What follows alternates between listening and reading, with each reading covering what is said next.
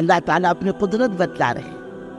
ہم نے موسیٰ کی پرورش کا نظام کیسے چلایا کہ ایک طرف تو ابھی موسیٰ ماں کے پیٹ میں پیدا بھی نہیں ہوئے علیہ الصلوۃ والسلام، ادھر وقت کے بادشاہ کو فرعون کو بات پہنچائی گئی کہ آپ کی حکومت میں ایک قبیلہ بنی اسرائیل کے نام سے جو آباد ہے، اس میں ایک بچہ پیدا ہوگا اور وہ بچہ آپ کا تخت، آپ کا تاج، آپ کی حکومت، آپ کی سلطنت سب کو تباہ اور برباد کر کے چھوڑے گا۔ جب بادشاہ کے سامنے یہ مسئلہ آیا، اس نے اپنے وزراء کو جمع کیا، مشیروں کو جمع کیا اور کہا کہ اس مسئلے سے کیسے نمٹا جائے۔ مختلف رائے آئی، آخر بات اس نتیجے پر پہنچی کہ جتنی ہمارے شہر میں، ہمارے ملک میں بنی اسرائیل کے مکانات ہیں، ہم ان تمام مکانات پر اپنا آدمی مقرر کر دیں گے کہ جہاں جس بنی اسرائیل کی عورت کو لڑکا پیدا ہو فوراً اس کی گردن مار دی جائے، اور لڑکی پیدا ہو تو چھوڑ دو اس کو اس کے ہاتھ۔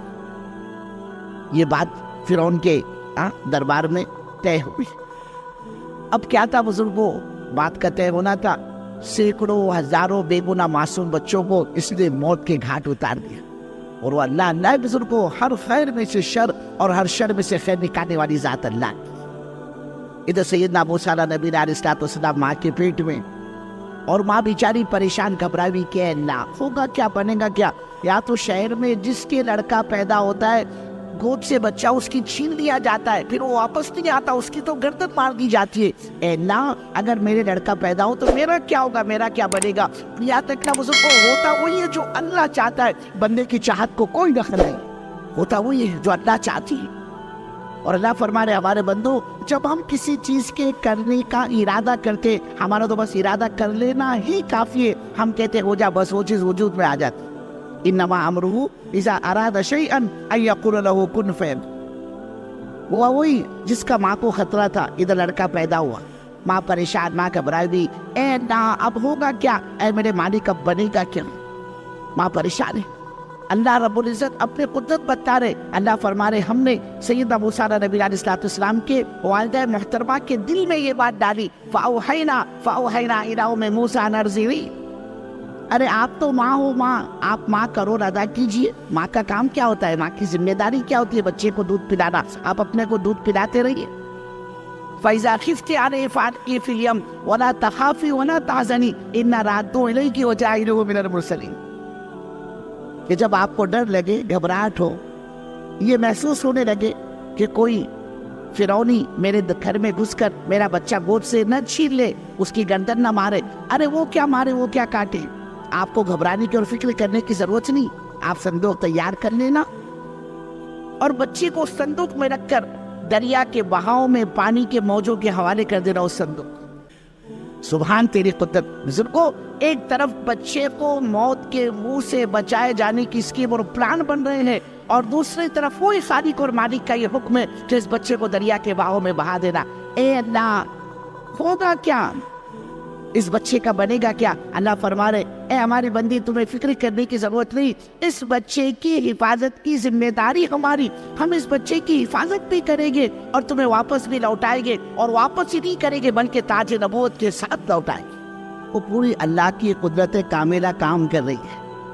ادھر جیسے ہی ماں نے فکر محسوس کی، دیکھا کہ فرعونی ایک بڑی تعداد میں میرے محلے میں اکٹھے ہو گئے، جمع ہو گئے، انہوں کی گھروں کو تلاشی تو شروع نہیں کر دی کہ ایسا نہ ہو کہ تلاشی میں میرا بچہ ان کے ہاتھ لگ جائے اور پھر اس کی گردن مار دی جائے۔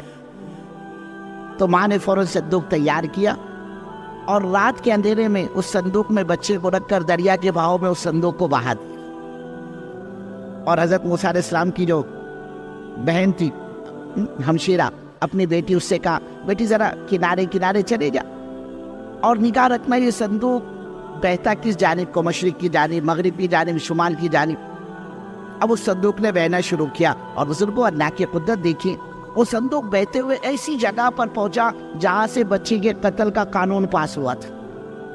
دریا کے کنارے بادشاہ کا محل بنا ہوا، اور یہ صندوق اس کے محل کی دیوار سے ٹکرا رہا ہے، پانی کی لاٹ آتی ہے، پانی کی موج آتی ہے، اس کو آگے بڑھاتی ہے، وہ آگے بڑھ کر بادشاہ کی دیوار سے ٹکراتا ہے، پھر پیچھے کو سرکتا ہے، پھر دوسری موج آتی ہے، دوسری لاٹ آتی ہے، پھر اس کو آگے بڑھاتی ہے، وہ محل کی دیوار سے ٹکرا کر پھر پیچھے کو سرکتا ہے، آگے بڑھنے کو تیار ہے۔